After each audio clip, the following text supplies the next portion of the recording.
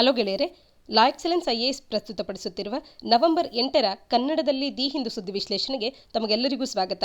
ಇಂದಿನ ಮೊದಲ article Joe Biden elected 46th president of US ಅನ್ನೋದಾಗಿದೆ. ಇದನ್ನ ಜಿಎಸ್ ಪೇಪರ್ 2 ನಾಡಿಯಲ್ಲಿ ಇಂಟರ್ನ್ಯಾಷನಲ್ ರಿಲೇಷನ್ಸ್ ಸಿಲೆಬಸ್ ನಾಡಿಯಲ್ಲಿ ಓದ್ಕೊಳ್ಬೋದಾಗುತ್ತೆ. ಕೆಪಿಎಸ್ಸಿಗೆ ಇಲ್ಲೊಂದಷ್ಟು ಫ್ಯಾಕ್ಟ್ಸ್ಗಳನ್ನು ಕೇಳಬಹುದಾಗುತ್ತೆ. ಎಷ್ಟನೇ ಪ್ರೆಸಿಡೆಂಟ್ ಇತ್ತೀಚೆಗೆ ಆಯ್ಕೆಯಾದಂಥ ಜೋ ಬಿಡನ್ ಅವರು ಅನ್ನುವಂಥದ್ದಾಗಿರ್ಬೋದು, ಇತ್ತೀಚೆಗೆ ಯುಎಸ್ ಅಧ್ಯಕ್ಷರಾಗಿ ಆಯ್ಕೆಯಾದಂಥವರ ಹೆಸರನ್ನ ಕೇಳುವಂಥದ್ದಾಗಿರ್ಬೋದು, ಅಥವಾ ಕಮಲಾ ಹ್ಯಾರಿಸ್ ಹೆಸರನ್ನು ಕೂಡ ನೀಡಿ ಇವರು first women and first minority vice president ಅನ್ನುವಂಥದ್ದನ್ನು ನೀಡೋದ್ರ ಮುಖಾಂತರವಾಗಿ ಈ ವಾಕ್ಯ ಸರಿನೋ ತಪ್ಪೋ ಅಂತ ಕೇಳುವಂಥದ್ದಿರ್ಬೋದು, ಅಥವಾ ಇತ್ತೀಚೆಗೆ ಆಯ್ಕೆಗೊಂಡಂಥ ಭಾರತ ಮೂಲದ ವೈಸ್ ಪ್ರೆಸಿಡೆಂಟ್ ಆಫ್ ಯಾರು ಅಂತ ಕೇಳುವಂಥದ್ದಾಗಿರ್ಬೋದು, ಅಥವಾ first women wise president of America ಯಾರು ಅಂತ ಕೇಳುವಂಥದ್ದು. ಈ ರೀತಿಯ ಫ್ಯಾಕ್ಟ್ ಬೇಸ್ಡ್ ಪ್ರಶ್ನೆಗಳನ್ನ ಕೆಪಿಎಸ್ಸಿಯ ಯಾವುದೇ ಪರೀಕ್ಷೆಗಳಲ್ಲಿ ನಾವು ಎಕ್ಸ್ಪೆಕ್ಟ್ ಮಾಡಬಹುದಾಗುತ್ತೆ. ಹಾಗಾಗಿ ಈ ಫ್ಯಾಕ್ಟ್ಸ್ಗಳ ಬಗ್ಗೆ ನಿಮಗೆ ಅರಿವಿರಬೇಕಾಗುತ್ತೆ. ಜೋ ಬಿಡನ್ ಅವರ ಪೂರ್ಣ ಹೆಸರನ್ನ ಒಮ್ಮೆ ನೋಡೋದಾದ್ರೆ ಜೋಸೆಫ್ ರೊಬಿನೇರ್ ಬಿಡನ್ ಜೂನಿಯರ್ ಅನ್ನುವಂಥವ್ರು. ಈ ಜೋ ಬಿಡನ್ 46th ಪ್ರೆಸಿಡೆಂಟ್ ಆಗಿ ಯುಎಸ್ಗೆ ಆಯ್ಕೆಯಾಗಿರ್ತಕ್ಕಂಥದ್ದು. 538 ಎಲೆಕ್ಟ್ರಲ್ ಸೀಟ್ಸ್ ಗಳನ್ನ ಹೊಂದಿರತಕ್ಕಂಥ ಯುಎಸ್ ನಲ್ಲಿ 270 ಎಲೆಕ್ಟ್ರಲ್ ಸೀಟ್ಸ್ ಗಳನ್ನ ಪಡೆದಂತವರು ವಿಜಯಿ ಆಗ್ತಾರೆ, ಪ್ರೆಸಿಡೆಂಟ್ ಆಗಿ ಆಯ್ಕೆ ಆಗ್ತಾರೆ. 270ಕ್ಕೂ ಹೆಚ್ಚು ಸ್ಥಾನಗಳನ್ನ ಜೋ ಬಿಡನ್ ಅವರು ಪಡ್ಕೊಳ್ಳೋದ್ರ ಮುಖಾಂತರವಾಗಿ ಯುಎಸ್ನ 46ನೇ ಅಧ್ಯಕ್ಷರಾಗಿ ಡೆಮೊಕ್ರೆಟಿಕ್ ಪಕ್ಷದಿಂದ ಆಯ್ಕೆಯಾಗಿದ್ದಾರೆ. ಈ ಮೂಲಕ ಕಮಲಾ ಹ್ಯಾರಿಸ್ ಅವರು ಕೂಡ ಮೊದಲ ಮಹಿಳಾ ವೈಸ್ ಪ್ರೆಸಿಡೆಂಟ್ ಆಫ್ ಅಮೆರಿಕ ಆಗೋದ್ರೊಟ್ಟಿಗೆ ಫಸ್ಟ್ ಮೈನಾರಿಟಿ ವೈಸ್ ಪ್ರೆಸಿಡೆಂಟ್ ಆಗಿ ಕೂಡ ಆಯ್ಕೆಯಾಗಿರ್ತಕ್ಕಂಥದ್ದು. ಈ ಸಂದರ್ಭದಲ್ಲಿ ಜೋ ಬಿಡನ್ ಆಗಿರ್ಬೋದು, ಕಮಲಾ ಹ್ಯಾರಿಸ್ ಆಗಿರ್ಬೋದು, ಹೊಸದಾಗಿ ಆಯ್ಕೆಯಾಗಿ ಬಂದಿರತಕ್ಕಂಥ ಇವರ ಮುಂದಿರತಕ್ಕಂಥ ಸವಾಲುಗಳು ಅಂತ ಅಂದ್ರೆ, ಇಡೀ ಜಗತ್ತು ಈ ಕೋವಿಡ್ ನಿಂದ ತತ್ತರಿಸಿದ್ರೆ ಅಮೆರಿಕಾದಲ್ಲಿ ಸುಮಾರು 2.5 ಲಕ್ಷದಷ್ಟು ಮಂದಿ ಕೋವಿಡ್ ನಿಂದ ಸಾವಿಗೀಡಾಗಿರ್ತಕ್ಕಂಥದ್ದು ಮತ್ತು ಅನ್ಎಂಪ್ಲಾಯ್ಮೆಂಟ್ ಕೂಡ ಬಹಳ ಹೈಯರ್ ಲೆವೆಲ್ಸ್ ನಲ್ಲಿ ಅಲ್ಲಿಗ ಕಾಡ್ತಾ ಇರತಕ್ಕಂಥ ಒಂದು ತೊಂದರೆಯಾಗಿದೆ. ಮತ್ತು ಇತ್ತೀಚೆಗಷ್ಟೇ ನಾವು ನೋಡಿದ ಹಾಗೆ ರೇಸ್ ರಿಲೇಷನ್ಸ್ಗಳು ಹಾಳಾಗ್ತಿರೋದ್ರಿಂದ ರೇಷಿಯಲ್ ಡಿಸ್ಕ್ರಿಮಿನೇಷನ್ ವಿರುದ್ಧವಾಗಿ ಕೂಡ ಸಾಕಷ್ಟು ಚಳುವಳಿಗಳು ಅಲ್ಲಿ ಉಂಟಾಗಿದ್ದನ್ನ ಈ ಎಲ್ಲ ಸಮಸ್ಯೆಗಳು ಯುಎಸ್ ಅನ್ನ ಕಾಡ್ತಾ ಇರುವಂತಹ ಸಂದರ್ಭದಲ್ಲಿ ಜೋ ಬಿಡನ್ ಅವರು ಅಲ್ಲಿನ 46ನೇ ಅಧ್ಯಕ್ಷರಾಗಿ ಆಯ್ಕೆಯಾಗಿರ್ತಕ್ಕಂಥದ್ದು ಮತ್ತು ಅವರ ಮುಂದೆ ಈ ಎಲ್ಲ ಸವಾಲುಗಳು ಈಗ ಎದ್ದು ನಿಂತಿರ್ತಕ್ಕಂಥದ್ದು. ಇದನ್ನ ಯಾವ ರೀತಿ ಅವರು ಸವಾಲುಗಳನ್ನ ಮೀರಿಸಿ ಹೊರಬರ್ತಾರೆ ಅನ್ನೋದನ್ನ ನೋಡಬೇಕಾಗಿದೆ. ಇವರ ವಿಜಯದ ನಂತರದಲ್ಲಿ ಮಾಡಿರ್ತಕ್ಕಂಥ ಮೊದಲ ಟ್ವೀಟ್ನಲ್ಲಿ ಅಮೆರಿಕದ ಎಲ್ಲರಿಗೂ ಕೂಡ, ಯಾರೆಲ್ಲ ನನಗೆ ವೋಟ್ ಮಾಡಿದ್ದೀರಾ, ಯಾರೆಲ್ಲ ನನಗೆ ವೋಟ್ ಮಾಡಿಲ್ಲ, ಎಲ್ಲರಿಗೂ ಕೂಡ ನಾನು ಅಧ್ಯಕ್ಷ, ಹಾಗಾಗಿ ನನ್ನ ಕರ್ತವ್ಯವನ್ನ ನಾನು ನಿಭಾಯಿಸ್ತೇನೆ ಅನ್ನುವಂಥದ್ದನ್ನ ಅವರು ಹೇಳಿರ್ತಕ್ಕಂಥದ್ದು. ಮತ್ತು ಕಮಲಾ ಹ್ಯಾರಿಸ್ನವರು ಕೂಡ ಈ ಎಲೆಕ್ಷನ್ ಅನ್ನುವಂಥದ್ದು ನನ್ನ ಅಥವಾ ಜೋ ಬಿಡನ್ ಅವರ ವಿಚಾರವಲ್ಲ, ಬದಲಾಗಿ ಇಡೀ ಅಮೆರಿಕದ ಸೋಲ್ ಆಫ್ ಅಮೆರಿಕಾವನ್ನ ಮತ್ತು ಅಮೆರಿಕದಲ್ಲಿರ್ತಕ್ಕಂಥ ಸಮಸ್ಯೆಗಳನ್ನ ಎದುರಿಸುವತ್ತ ನಮ್ಮ ವಿಲ್ಲಿಂಗ್ನೆಸ್ ಏನಿದೆ ಇವೆಲ್ಲವುಗಳನ್ನ ಒಳಗೊಂಡಂತ ಒಂದು ಎಲೆಕ್ಷನ್ ಆಗಿರುತ್ತೆ. ನಮ್ಮ ಮುಂದೆ ಸಾಕಷ್ಟು ಕಾರ್ಯಗಳು ನಿಂತಿವೆ, ಇವೆಲ್ಲವುಗಳನ್ನ ನಾವು ಪ್ರಾರಂಭಿಸೋಣ ಅನ್ನುವಂಥದ್ದನ್ನ ಇವರು ಕೂಡ ಟ್ವೀಟ್ ಮಾಡಿರ್ತಕ್ಕಂಥದ್ದು.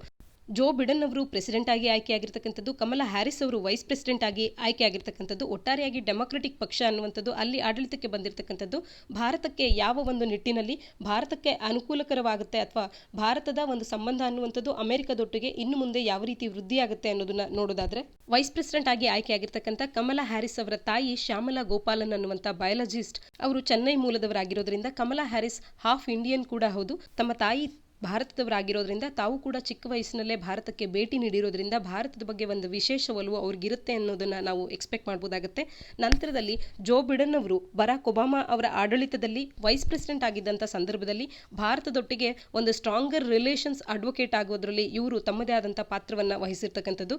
2006ರಲ್ಲಿ ಜೋ ಬಿಡನ್ ಅವರು ಭಾರತ ಮತ್ತು ಯುಎಸ್ನ ಸಂಬಂಧಗಳು ಮುಂಬರುವಂಥ ದಿನಗಳಲ್ಲಿ ಯಾವ ರೀತಿ ಇರಬಹುದು ಅಂತ ಹೇಳಿ ಒಂದು ವಿಷನ್ ಅನ್ನ ವ್ಯಕ್ತಪಡಿಸಿದ್ರು. ಅದರಲ್ಲಿ my dream is that in 2020 2 closest Nations in the world will be India and US ಅಂತ ಹೇಳಿ ಇವರು ಹೇಳಿರ್ತಕ್ಕಂಥದ್ದು ಭಾರತಕ್ಕೆ ಇವರು ಎಷ್ಟು ಮಹತ್ವವನ್ನ ನೀಡ್ತಾ ಇದ್ರು ಅನ್ನೋದು ನಮಗೆ ಕಾಣುತ್ತೆ. ಇದೇ ರೀತಿಯಾಗಿ ಮುಂಬರುವಂಥ ದಿನಗಳಲ್ಲಿ ಇವರಿಂದ ಒಂದು ಒಳ್ಳೆ ರಿಲೇಷನ್ಸ್ ಅನ್ನ ಭಾರತ ಮತ್ತು ಯುಎಸ್ ಅನ್ನುವಂಥದ್ದು ಹೊಂದುತ್ತೆ ಅನ್ನೋದನ್ನ ನಾವು ಎಕ್ಸ್ಪೆಕ್ಟ್ ಮಾಡಬಹುದಾಗುತ್ತೆ.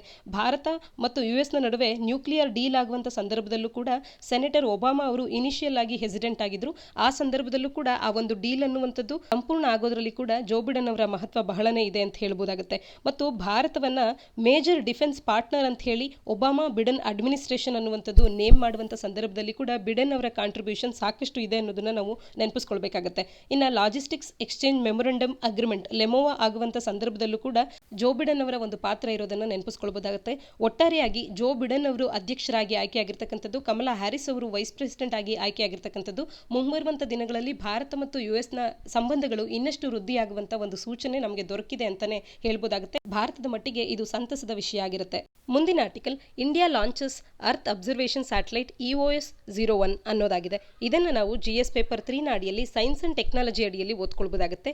ಇಸ್ರೋದ ಅಚೀವ್ಮೆಂಟ್ಸ್ಗೆ ಮತ್ತೊಂದು ಗರಿ ಆಡ್ ಆಗಿರುವಂತೆ ಆಗಿದೆ. ಈ ಒಂದು ಸ್ಯಾಟಲೈಟ್ ಲಾಂಚಿಂಗ್ನ ಮುಖಾಂತರವಾಗಿ ಇಂಡಿಯಾ ಸಕ್ಸಸ್ಫುಲ್ ಆಗಿ ಈ ಕೋವಿಡ್-19 ಪ್ಯಾಂಡಮಿಕ್ನ ಸಂದರ್ಭದಲ್ಲಿ ಅರ್ತ್ ಅಬ್ಸರ್ವೇಷನ್ ಸ್ಯಾಟಲೈಟ್ EOS-01 ಅನ್ನ ಮತ್ತು 9 ಇಂಟರ್ನ್ಯಾಷನಲ್ ಕಸ್ಟಮರ್ ಸ್ಪೇಸ್ ಕ್ರಾಫ್ಟ್ಸ್ಗಳನ್ನು PSLV ಇಂಡಿಯಾದ ವರ್ಕ್ ಹಾರ್ಸ್ ಅಂತಾನೆ ಕರೆಸಿಕೊಳ್ಳುವಂಥ polar satellite launch vehicle C-49 PSLV C-49ನ ಮುಖಾಂತರವಾಗಿ ಸಕ್ಸಸ್ಫುಲ್ ಆಗಿ ಉಡಾವಣೆ ಮಾಡಿರ್ತಕ್ಕಂಥದ್ದು ಭಾರತದ ಹಿರಿಮೆಗೆ ಮತ್ತೊಂದು ಗರಿಯನ್ನ ಆಡ್ ಮಾಡಿದಂತಾಗಿದೆ. ಇತ್ತೀಚೆಗಷ್ಟೇ ಭಾರತದಿಂದ ಉಡಾವಣೆಯಾದಂಥ ಉಪಗ್ರಹ ಯಾವುದು ಅಂದಾಗ EOS-01 ಅನ್ನುವಂಥದ್ದು ನಮಗೆ ಸ್ಪಷ್ಟವಾಗಿ ಗೊತ್ತಿರಬೇಕಾಗುತ್ತೆ. ಅಥವಾ EOS-01ನ ಬಗ್ಗೆ ತಿಳಿಸಿದಾಗ ಇದು ಯಾವ ರೀತಿಯ ಸ್ಯಾಟಲೈಟ್ ಅಂದಾಗ ಇದೊಂದು ಅರ್ತ್ ಅಬ್ಸರ್ವೇಷನ್ ಸ್ಯಾಟಲೈಟ್ ಅನ್ನುವಂಥದ್ದು ಕೂಡ ಗೊತ್ತಾಗಬೇಕಾಗುತ್ತೆ. ಮತ್ತೆ KPSCಯ ಕೆಲವೊಂದು ಪರೀಕ್ಷೆಗಳಿಗೆ PSLV ಅನ್ನುವಂಥದ್ದು ಭಾರತದ ವರ್ಕ್ ಹಾರ್ಸ್ ಅಂತ ಹೇಳಿ ಕರೆಸಿಕೊಳ್ಳುವಂಥ ಸ್ಯಾಟಲೈಟ್ ಲಾಂಚಿಂಗ್ ವೆಹಿಕಲ್ ಯಾವುದು ಅಂದಾಗ PSLV ಅನ್ನುವಂಥದ್ದು ಗೊತ್ತಿರಲಿ. ಮತ್ತೆ EOS-01 ಈ ಒಂದು ಸ್ಯಾಟಲೈಟ್ ಅನ್ನ ಯಾವ ಒಂದು ವೆಹಿಕಲ್ನ ಮುಖಾಂತರವಾಗಿ ಉಡಾವಣೆ ಮಾಡಲಾಯಿತು ಅಂದಾಗ PSLV C-49 ಅನ್ನುವಂಥದ್ದು ನಮಗೆ ಸ್ಪಷ್ಟವಾಗಿ ನೆನಪಿರಬೇಕಾಗುತ್ತೆ. ಈ ಫ್ಯಾಕ್ಟ್ಸ್ಗಳನ್ನು ನಾವು ನೆನಪಿನಲ್ಲಿ ಇಟ್ಕೊಳ್ಬೇಕು. ಅದು COVID-19 ಅಂತ ಸಂದರ್ಭದಲ್ಲಿ ರಾಕೆಟ್ ಲಾಂಚಿಂಗ್ ಅನ್ನುವಂಥದ್ದು ವರ್ಕ್ ಫ್ರಮ್ ಹೋಮ್ ಮಾಡುವಂಥ ಕೆಲಸವಲ್ಲ. ಈ ಸಂದರ್ಭದಲ್ಲಿ ನಮ್ಮ ಇಂಜಿನಿಯರ್ಸ್ಗಳು ಟೆಕ್ನಿಷಿಯನ್ಸ್ಗಳು ಸಾಕಷ್ಟು ಕಡೆಗಳಿಂದ ಒಂದು ಕಡೆಗೆ ಟ್ರಾವೆಲ್ ಮಾಡಬೇಕಾಗಿ ಬಂತು. ಆದರೂ ಕೂಡ ಅವರೆಲ್ಲರೂ ಕೂಡ ಧೃತಿಗೆಡದೆ ಒಂದು ಕೆಲಸವನ್ನ ಮಾಡಿದ್ರಿಂದ ಈ ಸಕ್ಸಸ್ ಅನ್ನುವಂಥದ್ದು ದೊರಕಿದೆ ಅಂತ ಹೇಳ್ತಾ ಇರ್ತಕ್ಕಂಥದ್ದು ಇಸ್ರೋದ ಚೇರ್ಮನ್ ಕೆ ಶಿವನ್ ಅವರು. 10 ಸ್ಯಾಟಲೈಟ್ಸ್ಗಳ ಪೈಕಿ EOS-01 ಅನ್ನುವಂಥದ್ದು ಭಾರತದ ಸ್ಯಾಟಲೈಟ್ ಆದರೆ 9 ಕಮರ್ಷಿಯಲ್ ಸ್ಯಾಟಲೈಟ್ಸ್ಗಳನ್ನು ನಾವು ನೋಡಬಹುದಾಗಿತ್ತು. 9 ಕಮರ್ಷಿಯಲ್ ಸ್ಯಾಟಲೈಟ್ಸ್ಗಳು US, ಲಕ್ಸೆಂಬರ್ಗ್ ಮತ್ತು ಲಿಥುವೇನಿಯಾ ಕಂಟ್ರೀಸ್ಗಳಿಂದ ಬಂದಂಥ ಸ್ಯಾಟಲೈಟ್ಸ್ಗಳಾಗಿತ್ತು. ಈ 10 ಸ್ಯಾಟಲೈಟ್ಸ್ಗಳನ್ನು ಶ್ರೀಹರಿಕೋಟಾ ಆಂಧ್ರ ಪ್ರದೇಶದಲ್ಲಿರ್ತಕ್ಕಂಥ ಶ್ರೀಹರಿ ಉಪಗ್ರಹ ಉಡಾವಣಾ ಕೇಂದ್ರದಿಂದ ಉಪಗ್ರಹಗಳನ್ನು ಉಡಾವಣೆ ಮಾಡಲಾಗಿರುವಂಥದ್ದು. ಈ ಆರ್ಟಿಕಲ್ನ ಹಿನ್ನೆಲೆಯಲ್ಲಿ ಭಾರತದಲ್ಲಿ ಮತ್ತೆಲ್ಲಿ ನಾವು ಉಪಗ್ರಹ ಉಡಾವಣಾ ಕೇಂದ್ರಗಳನ್ನು ಕಾಣಬಹುದು ಅನ್ನೋದನ್ನ ಕಮೆಂಟ್ ಸೆಕ್ಷನ್ ಅಲ್ಲಿ ಕಮೆಂಟ್ ಮಾಡಿ ತಿಳಿಸಿ. ಮುಂದಿನ article Telangana revenue short fall pegged at 52,750 crores ಅನ್ನೋದಾಗಿದೆ. ಇದನ್ನ GS ಪೇಪರ್ 2 ಅಡಿಯಲ್ಲಿ ಪಾಲಿಟಿ ಅದರಲ್ಲೂ ಫೆಡರಲ್ ಇಶ್ಯೂಸ್ ಸಿಲೆಬಸ್ ಅಡಿಯಲ್ಲಿ ಓದ್ಕೊಳ್ಬಹುದಾಗುತ್ತೆ. ಹಾಗೆ ಇಂಡಿಯನ್ ಎಕಾನಮಿ ಅಡಿಯಲ್ಲೂ ಕೂಡ ಇಂಪಾರ್ಟೆನ್ಸ್ ಅನ್ನು ಹೊಂದುವಂತ ಒಂದು ಆರ್ಟಿಕಲ್ ಆಗುತ್ತೆ. ತೆಲಂಗಾಣ ರೆವಿನ್ಯೂ ಅನ್ನುವಂಥದ್ದು ಈ ವರ್ಷ ಶಾರ್ಟ್ ಫಾಲ್ ಆಗಿದ್ದು 52,750 ಕೋಟಿಯಷ್ಟು ನಷ್ಟವನ್ನ ಈ ಬಾರಿ ಈ ಶಾರ್ಟ್ ಫಾಲ್ ಅನ್ನ ತೆಲಂಗಾಣ ಸರ್ಕಾರ ಕಾಣುತ್ತೆ ಅಂತ ಹೇಳಿ ಒಂದು ಎಸ್ಟಿಮೇಷನ್ ಅನ್ನ ಮಾಡಲಾಗಿರ್ತಕ್ಕಂಥದ್ದು. ಅದರಲ್ಲೂ ಕೂಡ ಈಗಾಗಲೇ ನಾನ್ ಟ್ಯಾಕ್ಸ್ ಮತ್ತು ಟ್ಯಾಕ್ಸ್ ರೆವಿನ್ಯೂ ಅನ್ನುವಂಥದ್ದು ರಾಜ್ಯಕ್ಕೆ ಏನು ಬಂದಿದೆ 7 ತಿಂಗಳ ಅವಧಿಯನ್ನು ನೋಡಿದಾಗ ಕಳೆದ ವರ್ಷದಲ್ಲಿ ಇದುವರೆಗೂ ಅಂದರೆ ಇಲ್ಲಿಯವರೆಗೆ ಏಪ್ರಿಲಿಂದ ಅಕ್ಟೋಬರ್ನವರೆಗೆ 39,608 ಕೋಟಿಯಷ್ಟು ಆದಾಯವನ್ನ ರೆವಿನ್ಯೂವನ್ನ ಈ ರಾಜ್ಯ ಗಳಿಸಿದ್ರೆ ಈಗ 33,704 ಕೋಟಿ ರೂಪಾಯಿಯನ್ನು ಮಾತ್ರ ಟ್ಯಾಕ್ಸ್ ಮತ್ತು ನಾನ್ ಟ್ಯಾಕ್ಸ್ ರೆವಿನ್ಯೂನ್ನಾಗಿ ಈ ರಾಜ್ಯ ಪಡೆದಿರ್ತಕ್ಕಂಥದ್ದು. ಮತ್ತು ಇತ್ತೀಚೆಗಷ್ಟೇ ಹೈದರಾಬಾದ್ ಅನ್ನುವಂಥದ್ದು ಹೆಚ್ಚಿನ ಮಳೆಯಿಂದಾಗಿ ಸಾಕಷ್ಟು ನೋವುಗಳನ್ನು ಸಂಕಷ್ಟಗಳನ್ನು ಸಾಕಷ್ಟು ಪ್ರಾಪರ್ಟಿ ಲಾಸನ್ನು ಬೆಳೆ ನಾಶವನ್ನು ಇವೆಲ್ಲವನ್ನ ಕೂಡ ಕಂಡಿರ್ತಕ್ಕಂಥದ್ದು. ಇದೆಲ್ಲದರಿಂದ ಈ ರಾಜ್ಯಕ್ಕೆ 5,000 ಕೋಟಿಯಷ್ಟು ನಷ್ಟ ಆಗುತ್ತೆ ಅಂತ ಹೇಳಿ ರಾಜ್ಯದಲ್ಲಿ ಎಸ್ಟಿಮೇಷನ್ ಅನ್ನ ಮಾಡಲಾಗಿದೆ. ಈ ಎಲ್ಲದರ ಹಿನ್ನೆಲೆಯಲ್ಲಿ ಕೇಂದ್ರ ಸರ್ಕಾರಕ್ಕೆ ರಿಲೀಸ್ 1,350 ಕೋಟಿ ರೂಪಾಯಿಯನ್ನ ಇಮಿಡಿಯೇಟ್ ಆಗಿ ರಿಲೀಸ್ ಮಾಡಬೇಕು ಅಂತ ಕೂಡ ಕೇಳ್ಕೊಂಡಿರ್ತಕ್ಕಂಥದ್ದು. ಆದರೆ ಕೋವಿಡ್ನ ಹಿನ್ನೆಲೆಯಲ್ಲಿ ದೇಶದ ಆರ್ಥಿಕತೆಯು ಕೂಡ ಸಾಕಷ್ಟು ಸಂಕಷ್ಟದಲ್ಲಿರ್ತಕ್ಕಂಥ ಸಂದರ್ಭದಲ್ಲಿ ಈ ರೀತಿಯಾಗಿ ಹಣವನ್ನು ಬಿಡುಗಡೆ ಮಾಡೋದಕ್ಕಾಗೋದಿಲ್ಲ ಅಂತ ಹೇಳಿ ಸೆಂಟರ್ನವರು 1 ರೂಪಾಯಿಯನ್ನು ಕೂಡ ಇದುವರೆಗೂ ಈ ರಾಜ್ಯಕ್ಕೆ ಬಿಡುಗಡೆ ಮಾಡಿಲ್ಲದೆ ಇರೋದನ್ನ ಇಲ್ಲಿ ನಾವು ಕಾಣಬಹುದಾಗುತ್ತೆ. ಒಟ್ಟಾರೆಯಾಗಿ ನಾವು ತಿಳ್ಕೊಳ್ಬೇಕಾಗಿರ್ತಕ್ಕಂಥದ್ದು ಏನು ಅಂತ ಅಂದ್ರೆ ಈಗಾಗಲೇ GST ವಿಷಯದಲ್ಲೂ ಕೂಡ ಫೆಡರಲ್ ಇಶ್ಯೂಸ್ಗಳನ್ನು ನಾವು ಕಾಣ್ತಿದ್ದೇವೆ. ಅಂದ್ರೆ ಸೆಂಟರ್ನವರು ರಾಜ್ಯಗಳಿಗೆ ತಲುಪಿಸಬೇಕಾಗಿದ್ದಂಥ ಮೊತ್ತವನ್ನು ತಲುಪಿಸದೇ ಇರತಕ್ಕಂಥದ್ದು. ಮತ್ತು ಇಲ್ಲೂ ಕೂಡ ಅಂದ್ರೆ ರಾಜ್ಯಗಳು ಸಂಕಷ್ಟಕ್ಕೆ ಉಂಟಾದಂಥ ಸಂದರ್ಭದಲ್ಲಿ ವಿಪತ್ತಿಗೆ ಒಳಗಾದಂಥ ಪರಿಸ್ಥಿತಿಯಲ್ಲಿ ರಾಜ್ಯಗಳಿಗೆ ನಷ್ಟವನ್ನು ತುಂಬಿಕೊಡಬೇಕಾಗಿರ್ತಕ್ಕಂಥ ಕೇಂದ್ರ ಸರ್ಕಾರ ಆ ಕರ್ತವ್ಯವನ್ನು ಮಾಡ್ತಾ ಇಲ್ಲ ಅನ್ನುವಂಥದ್ದನ್ನು ನಾವಿಲ್ಲಿ ಕಾಣಬಹುದಾಗುತ್ತೆ. ಮತ್ತು ಒಟ್ಟಾರೆಯಾಗಿ ತೆಲಂಗಾಣದ ರೆವಿನ್ಯೂ ಅನ್ನುವಂಥದ್ದು ಈ ಬಾರಿ 52,750 ಕೋಟಿ ರೂಪಾಯಿಯಷ್ಟು ಶಾರ್ಟ್ ಫಾಲ್ ಆಗುತ್ತೆ ಅನ್ನೋದನ್ನ ನಾವಿಲ್ಲಿ ನೋಡಬಹುದಾಗುತ್ತೆ. ಮುಂದಿನ article Indian biotech startups stood against pandemic ಅನ್ನೋದಾಗಿದೆ. ಇದನ್ನು GS ಪೇಪರ್ 3 ಅಡಿಯಲ್ಲಿ ಎಕಾನಮಿ ಅಡಿಯಲ್ಲಿ ಓದ್ಕೊಳ್ಬಹುದಾಗುತ್ತೆ. ಹಾಗೆ GS ಪೇಪರ್ 2 ಅಡಿಯಲ್ಲಿ ಹೆಲ್ತ್ ಅಡಿಯಲ್ಲಿ ಕೂಡ ಓದ್ಕೊಳ್ಬಹುದಾಗುತ್ತೆ. ಇಲ್ಲಿ ಪ್ಯಾಂಡಮಿಕ್ನಿಂದ ಸಾಕಷ್ಟು ತೊಂದರೆಗಳೇ ಆಗಿರೋದನ್ನು ನಾವು ಸಾಕಷ್ಟು ಆರ್ಟಿಕಲ್ಸ್ಗಳಲ್ಲಿ ನೋಡ್ತಾ ಇದ್ರೆ ಪ್ಯಾಂಡಮಿಕ್ನಿಂದ ನಮ್ಮ ಎಕಾನಮಿಗೆ ಕೂಡ ಎಷ್ಟೋ ಹೊಡೆತಗಳು ಬಿದ್ದಿರ್ತಕ್ಕಂಥದ್ದು. ಆದರೆ ಇಲ್ಲಿ ನಾವು ನೋಡ್ತಾ ಇರ್ತಕ್ಕಂಥದ್ದು ನಮ್ಮ ಬಯೋಟೆಕ್ ಕಂಪನೀಸ್ಗಳೇನಿತ್ತು ಇವುಗಳ ಸ್ಟಾರ್ಟ್ಅಪ್ ಬಯೋಟೆಕ್ಗೆ ಕುರಿತಂತೆ ಇದ್ದಂಥ ಸ್ಟಾರ್ಟ್ಅಪ್ಸ್ಗಳೇನಿತ್ತು ಭಾರತದಲ್ಲಿ ಇವುಗಳಿಗೆ ಈ ಹಿಂದೆ ವೆಂಚರ್ ಕ್ಯಾಪಿಟಲ್ ಅನ್ನು ಕೂಡ ಅಟ್ರಾಕ್ಟ್ ಮಾಡಿದಂಥ ಎಷ್ಟೋ ಸ್ಟಾರ್ಟ್ಅಪ್ ಕಂಪನೀಸ್ಗಳಿಗೆ ಈಗ ಫಂಡಿಂಗ್ ಒಳಹರಿವು ಅನ್ನುವಂಥದ್ದು ಸಾಕಷ್ಟು ಮಟ್ಟದಲ್ಲಿ ಆಗ್ತಾ ಇರ್ತಕ್ಕಂಥದ್ದು. ಇಂಡಿಯನ್ ಬಯೋಟೆಕ್ ಸೆಕ್ಟರ್ ಅನ್ನುವಂಥದ್ದು ಸ್ಟಾರ್ಟ್ಅಪ್ ಕಂಪನಿಗಳು ಈಗ ರೈಸ್ ಆಗ್ತಿರ್ತಕ್ಕಂಥದ್ದನ್ನ ಕಾಣ್ತಾ ಇದೆ. ಇನ್ವೆಸ್ಟ್ಮೆಂಟ್ ಅನ್ನುವಂಥದ್ದು ಹೆಚ್ಚಿನ ಮಟ್ಟದಲ್ಲಿ ಒಳಹರಿದು ಬರ್ತಾ ಇದೆ ಅನ್ನುವಂಥದ್ದನ್ನ ಕಿರಣ್ ಮಜುಮ್ದಾರ್ ಅವರು ಹೇಳ್ತಾ ಇರ್ತಕ್ಕಂಥದ್ದು. ಬಯೋಕಾನ್ ಲಿಮಿಟೆಡ್ ಕಂಪನಿಯ ಫೌಂಡರ್ ಆಗಿರ್ತಕ್ಕಂಥ ಕಿರಣ್ ಮಜುಮ್ದಾರ್ ಅವರು ತಿಳಿಸ್ತಾ ಇರ್ತಕ್ಕಂಥದ್ದು. ಮುಂಬರುವಂತ ದಿನಗಳಲ್ಲಿ ಇನ್ನಷ್ಟು ಹೆಚ್ಚಿನ ಸ್ಟಾರ್ಟ್ಅಪ್ಸ್ ಗಳನ್ನ ನಾವು ಕಾಣಬಹುದಾಗುತ್ತೆ ಅನ್ನುವಂಥ ಒಂದು ಹೋಪ್ ಅನ್ನು ಕೂಡ ಇವರು ಇಲ್ಲಿ ಎಕ್ಸ್ಪ್ರೆಸ್ ಮಾಡ್ತಾ ಇದ್ದಾರೆ. ಟೆಕ್ಸ್ಟೈಲ್ ಇಂಡಸ್ಟ್ರಿ ಕೂಡ ತನ್ನ ಒಂದು ಇಂಡಸ್ಟ್ರಿಯನ್ನ ರೀಪರ್ಪಸ್ ಮಾಡ್ಕೊಂಡಿದೆ. PPEಗಳನ್ನು ಪರ್ಸನಲ್ ಪ್ರೊಟೆಕ್ಟಿವ್ ಎಕ್ವಿಪ್ಮೆಂಟ್ಸ್ಗಳನ್ನು ಡೆವಲಪ್ ಮಾಡುವಂಥ ರೀಪರ್ಪಸ್ ಅನ್ನು ಕೂಡ ಟೆಕ್ಸ್ಟೈಲ್ ಇಂಡಸ್ಟ್ರೀಸ್ಗಳು ಮಾಡ್ಕೊಂಡಿರ್ತಕ್ಕಂಥದ್ದು. ಇಲ್ಲಿ ನಮಗೆ ಕೋವಿಡ್ನಿಂದಾಗಿ ನಮ್ಮ ಆರ್ಥಿಕತೆಗೆ, ಸಾಮಾಜಿಕವಾಗಿ, ಶೈಕ್ಷಣಿಕತೆಗೆ ಇವೆಲ್ಲವೂ ಕೂಡ ಒಂದಷ್ಟು ನಷ್ಟ, ಹೊಡೆತ ಉಂಟಾದರೂ ಕೂಡ ನಮ್ಮಲ್ಲಿ ಡಿಜಿಟಲ್ ಎಕಾನಮಿ ಅನ್ನುವಂಥದ್ದು ಹೆಚ್ಚಾಗ್ತಾ ಇರುವಂಥದ್ದು, ವರ್ಕ್ ಫ್ರಮ್ ಹೋಮ್ ಕಲ್ಚರ್ ಅನ್ನುವಂಥದ್ದು ಭಾರತದಲ್ಲಿ ಬೆಳೀತಾ ಇರತಕ್ಕಂಥದ್ದು ಮತ್ತು ಡಿಜಿಟಲ್ ಒಂದು ಎವಲ್ಯೂಷನ್ ಅನ್ನೇ ಕಾಣ್ತಾ ಇದ್ದಾವೆ ಶಿಕ್ಷಣ ಕ್ಷೇತ್ರದಲ್ಲಿ. ಅಂದರೆ ಎಲ್ಲರೂ ಕೂಡ ಮನೆಯಿಂದ ಆನ್ಲೈನ್ ಎಜುಕೇಷನ್ ಅನ್ನು ಪಡ್ಕೊಳ್ತಾ ಇರ್ತಕ್ಕಂಥದ್ದು. ಈ ಎಲ್ಲವುಗಳು ಭಾರತದಲ್ಲಿ ಇಷ್ಟು ಡೆವಲಪ್ಮೆಂಟ್ ಅನ್ನು ಕಾಣಬೇಕು ಅಂತಂದ್ರೆ ಕನಿಷ್ಠ ಅಂದ್ರೂ ಕೂಡ 3ರಿಂದ 10 ವರ್ಷಗಳವರೆಗೂ ಕೂಡ ಅವಧಿ ಬೇಕಾಗಿದ್ದಂಥದ್ದು. ಕಳೆದ 6 ತಿಂಗಳಲ್ಲೇ ಇಷ್ಟು ಹೆಚ್ಚಿನ ಮಟ್ಟಿಗೆ ಆನ್ಲೈನ್ ಎಜುಕೇಷನ್ನ ಪೆನೆಟ್ರೇಷನ್ ಅನ್ನು ಭಾರತದಲ್ಲಿ ನಾವು ಕಾಣ್ತಾ ಇರ್ತಕ್ಕಂಥದ್ದು. ಅದರೊಟ್ಟಿಗೆ ಇದನ್ನು ಕೂಡ ನಾವು ಆ್ಯಡ್ ಮಾಡ್ಬೋದಾಗುತ್ತೆ. ಫಾರ್ಮಸಿ ಸೆಕ್ಟರ್ಗೆ ಭಾರತದಲ್ಲಿ ಸಾಕಷ್ಟು ಮಹತ್ವ ಅನ್ನುವಂಥದ್ದು ಬಂದಿದೆ. ಭಾರತದಲ್ಲಿ ಇದುವರೆಗೂ ಸ್ಟಾರ್ಟಪ್ ಬಯೋಟೆಕ್ ಕಂಪನೀಸ್ಗಳು ಏನೆಲ್ಲ ವೆಂಚರ್ ಕ್ಯಾಪಿಟಲ್ ಅನ್ನು ಕೂಡ ಅಟ್ರಾಕ್ಟ್ ಮಾಡೋದಕ್ಕೆ ಕಷ್ಟ ಆಗ್ತಿದ್ದಂಥ ಸ್ಟಾರ್ಟಪ್ಸ್ಗಳಿಗೆ ಈಗ ಸಾಕಷ್ಟು ಒಳಹರಿವು ಅನ್ನುವಂಥದ್ದು, ಹೂಡಿಕೆ ಅನ್ನುವಂಥದ್ದು ಬರ್ತಾ ಇರತಕ್ಕಂಥದ್ದು. ಎಲ್ಲದರ ಹಿನ್ನೆಲೆಯಲ್ಲಿ ಭಾರತದ ಸ್ಟಾರ್ಟಪ್ಸ್ಗಳಿಗೆ ಮುಂಬರುವಂಥ ದಿನಗಳಲ್ಲಿ ಇನ್ನೂ ಹೆಚ್ಚಿನ ಒಂದು ಮಾರ್ಕೆಟ್ ಅನ್ನುವಂಥದ್ದು ಸಿಗಲಿದೆ ಅನ್ನೋದನ್ನ ಇವರು ಹೋಪನ್ನು ಎಕ್ಸ್ಪ್ರೆಸ್ ಮಾಡ್ತಾ ಇದ್ದಾರೆ. ಇದೆಲ್ಲವನ್ನ ನಾವು ಮೈನ್ಸ್ನ ಉತ್ತರಗಳನ್ನು ಬರೆಯುವಾಗ ಕೋವಿಡ್ನ ಸಂದರ್ಭದಲ್ಲಿ ನಮ್ಮ ಎಕಾನಮಿ ಮೇಲೆ, ಒಂದು ಆರ್ಥಿಕತೆ ಮೇಲೆ ಒಂದು ಹೊಡೆತ ಉಂಟಾದರೂ ಕೂಡ ಪಾಸಿಟಿವ್ ಆಗಿ ಆಗಿರ್ತಕ್ಕಂಥ ಔಟ್ಕಮ್ಸ್ಗಳು ಯಾವುದು ಅಂದಾಗ ಈ ಅಂಶಗಳನ್ನು ನಾವು ನೆನಪಿನಲ್ಲಿಟ್ಕೊಂಡು ಬರಿಬೋದಾಗುತ್ತೆ.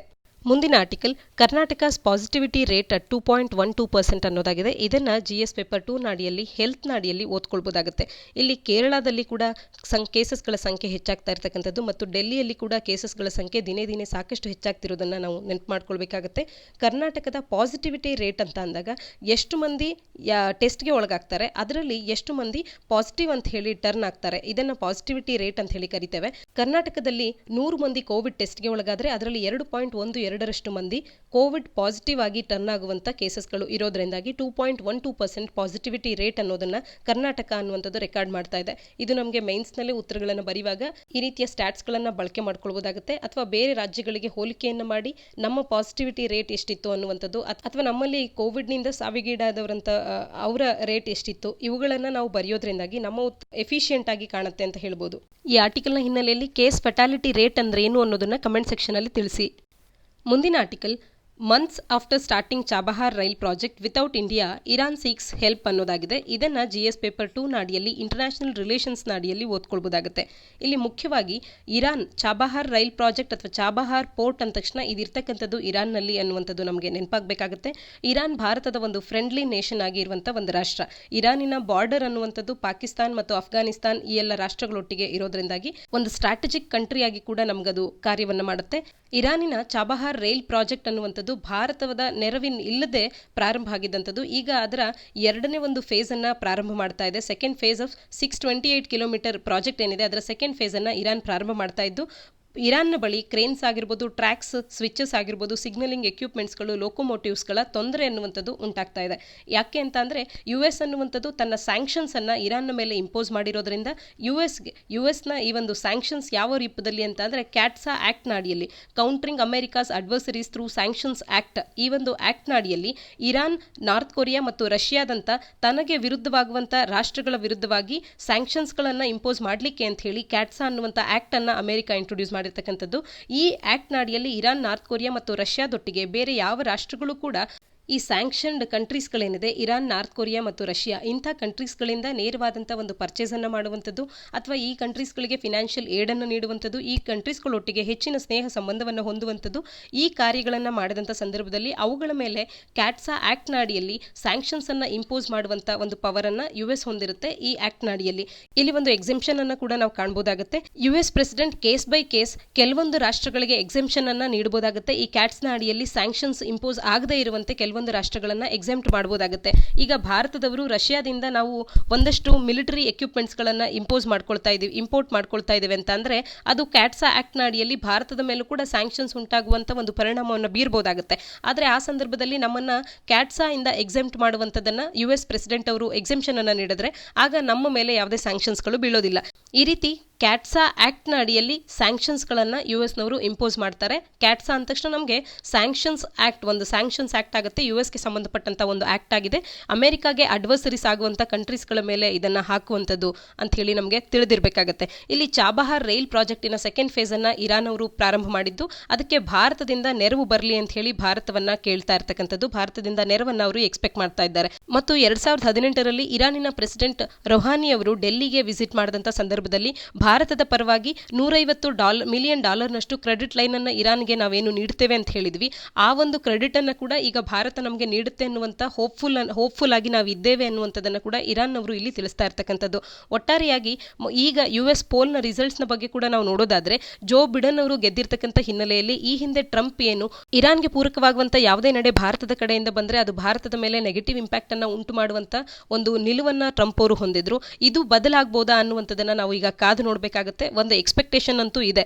ಈಗೇನು ಜೋ ಬಿಡನ್ ಅವರು ಆಯ್ಕೆಯಾಗಿ ಬಂದಿದ್ದಾರೆ, ಈ ಮೂಲಕವಾಗಿ ಈ ಹಿಂದೆ ಟ್ರಂಪ್ನ ಸಂದರ್ಭದಲ್ಲಿ ಝೀರೋ ಔಟ್ ಅನ್ನುವಂಥದ್ದನ್ನ ನಾವು ನೋಡಬಹುದಾಗಿತ್ತು. ಈ ಝೀರೋ ಔಟ್ ನಿಂದಾಗಿ ಟ್ರೆಡಿಷನಲಿ ಮೇಜರ್ ಆಯಿಲ್ ಸಪ್ಲೈಯರ್ ಆಗಿದ್ದಂತ ಇರಾನ್ ಭಾರತಕ್ಕೆ ಏನು ಆಯಿಲ್ ಅನ್ನ ಸಪ್ಲೈ ಮಾಡ್ತಾ ಇತ್ತು, ಇದರಲ್ಲಿ ಸಾಕಷ್ಟು ಮಟ್ಟಿಗಿನ ಕಡಿತ ಆಗಿದ್ದನ್ನು ಕೂಡ ನಾವು ಕಾಣಬಹುದಾಗುತ್ತೆ. ಈ ಎಲ್ಲದರ ಹಿನ್ನೆಲೆಯಲ್ಲಿ ಜೋ ಬಿಡನ್ ಅವರ ಈ ಒಂದು ಪ್ರೆಸಿಡೆಂಟ್ಶಿಪ್ಪಿನ ಆಯ್ಕೆಯಿಂದಾಗಿ ಇನ್ನು ಮುಂದಿನ ಪರಿಸ್ಥಿತಿ ಅನ್ನುವಂಥದ್ದು ಬದಲಾಗುವಂತ ನಿರೀಕ್ಷೆಯನ್ನು ಕೂಡ ನಾವು ಇಟ್ಕೊಳ್ಬಹುದಾಗುತ್ತೆ. ಇರಾನಿನ ಈ ಒಂದು ಪ್ರಾಜೆಕ್ಟ್ಗೆ $400 ಬಿಲಿಯನ್ ನಷ್ಟು ಫಂಡಿಂಗ್ ಅನ್ನ ಚೀನಾದವರು ಕೂಡ ಮಾಡ್ತಾ ಇರ್ತಕ್ಕಂಥದ್ದು. 25 ವರ್ಷಗಳ ಸ್ಟ್ರಾಟಜಿಕ್ ಕೋಆಪರೇಷನ್ ಅಗ್ರಿಮೆಂಟ್ ಅನ್ನ ಚೀನಾ ಮತ್ತು ಇರಾನ್ ಅವರು ಮಾಡ್ಕೊಂಡಿರ್ತಕ್ಕಂಥದ್ದು. ಚಾಬಹಾರ್ ಡೆವಲಪ್ಮೆಂಟ್ಗೆ, ಚಾಬಹಾರ್ ಪೋರ್ಟಿನ ಡೆವಲಪ್ಮೆಂಟ್ಗೆ ಅಂತ ಹೇಳಿ ಇಷ್ಟರ ಮಟ್ಟಿಗೆ ಏನು ಲೋನ್ ಅನ್ನ ಅಲ್ಲಿಂದ ಪಡ್ಕೊಳ್ತಾ ಇದ್ದಾರೆ. ಇದೆಲ್ಲದರ ಬಗ್ಗೆ ಭಾರತದ ಕಣ್ಣು ಕೂಡ ಇರ್ತಕ್ಕಂಥದ್ದು. ಆದ್ರೆ ಈ ರೀತಿಯ ಒಂದು ಅಂಬ್ರೆಲಾ ಅಗ್ರಿಮೆಂಟ್ ನಿಂದ ಭಾರತದ ಮೇಲೆ, ಭಾರತದ ಇಂಟ್ರೆಸ್ಟ್ ಗಳೇನಿದೆ ಅದರ ಮೇಲೆ ಯಾವುದೇ ರೀತಿಯಾದಂತಹ ವ್ಯತಿರಿಕ್ತ ಪರಿಣಾಮ ಅನ್ನುವಂಥದ್ದು ಉಂಟಾಗೋದಿಲ್ಲ ಅಂತ ಹೇಳ್ತಾ ಈ ಆರ್ಟಿಕಲ್ ಅನ್ನ ಮುಗಿಸ್ತಾ ಇದ್ದಾರೆ. ಒಟ್ಟಾರೆಯಾಗಿ ನಾವು ತಿಳ್ಕೊಳ್ಬೇಕಾಗಿರ್ತಕ್ಕಂಥದ್ದು, ಕ್ಯಾಟ್ಸಾ ಆಕ್ಟ್ ಅನ್ನುವಂಥದ್ದು ಯಾವುದಕ್ಕೆ ಸಂಬಂಧಪಟ್ಟಂತ ಆಕ್ಟ್ ಅನ್ನುವಂಥದ್ದು. ಈ ಕ್ಯಾಟ್ಸಾ ಆಕ್ಟ್ ನಿಂದಾಗಿ ಒಂದು ನೆಗೆಟಿವ್ ಇಂಪ್ಯಾಕ್ಟ್ ಭಾರತದ ಮೇಲೂ ಕೂಡ ಆಗ್ತಾ ಇತ್ತು, ಒಂದು ವೇಳೆ ನಾವು ಇರಾನ್ ಒಟ್ಟಿಗೆ ಒಳ್ಳೆಯ ಸಂಬಂಧವನ್ನ ಇಟ್ಕೊಂಡಿದ್ದೆ ಆಗಿದ್ರೆ. ಆದ್ರೆ ಈಗ ಜೋ ಬಿಡನ್ ಅವರ ಆಯ್ಕೆಯಿಂದಾಗಿ ಈ ಒಂದು ನಿಲುವು ಬದಲಾಗುವಂತ ಎಕ್ಸ್ಪೆಕ್ಟೇಷನ್ ಅನ್ನ ನಾವು ಹೊಂದಬಹುದಾಗುತ್ತೆ.